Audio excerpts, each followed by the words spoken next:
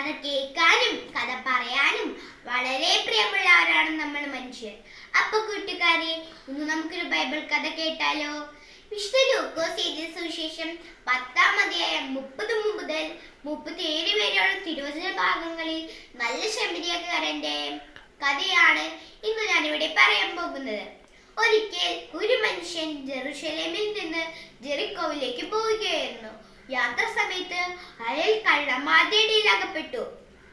അവർ അദ്ദേഹത്തിന്റെ വസ്ത്രങ്ങൾ ഊരി ദേഹത്തായി മുറിവേൽപ്പിച്ചു. എന്നിട്ട് അന്ധപ്രാണനായി ഉപേക്ഷിച്ചിട്ട് പോയി. പാവം മനുഷ്യൻ വേദനയെല്ലാം സഹിച്ചവിടെ കിടന്നു.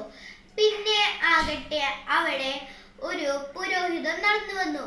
എന്നാൽ അയാളെ കണ്ടിട്ട് അയാളുടെ മനസ്സലിഞ്ഞില്ല. വഴി മാറി നടന്നുപോയി. പിന്നെ ആകട്ടെ ഒരു ലേവ്യൻ വന്നു. അയാളെ കണ്ടിട്ട് അയാളുടെ മനസ്സലിഞ്ഞില്ല. വഴി മാറി നടന്നുപോയി. പിന്നെ ആകട്ടെ ഒരു സമരിയക്കാരൻ വന്നു. അയാളെ കണ്ടിട്ട് അയാളുടെ മനസ്സലിഞ്ഞു.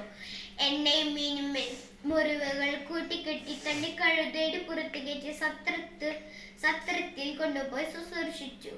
പിറ്റേന്ന് രാവിലെ താൻ ഇറങ്ങാൻ പോണ സമയത്ത് 2 ദിനാറ എടുത്തു കൊടുത്തിട്ട് പറഞ്ഞു, ഇവനെ ഇനിയും ശുശ്രൂഷിക്കുവിൻ. ഇനി ആവശ്യമായ പണം ഞാൻ തിരിച്ചു വരുമ്പോൾ തന്നുകൊള്ളാം. അപ്പൊ കൂട്ടുകാരെ, ഇതിൽ ആരാണ് നല്ല കൂട്ടുകാരൻ? അത് നല്ല സമരിയക്കാരൻ തന്നെ.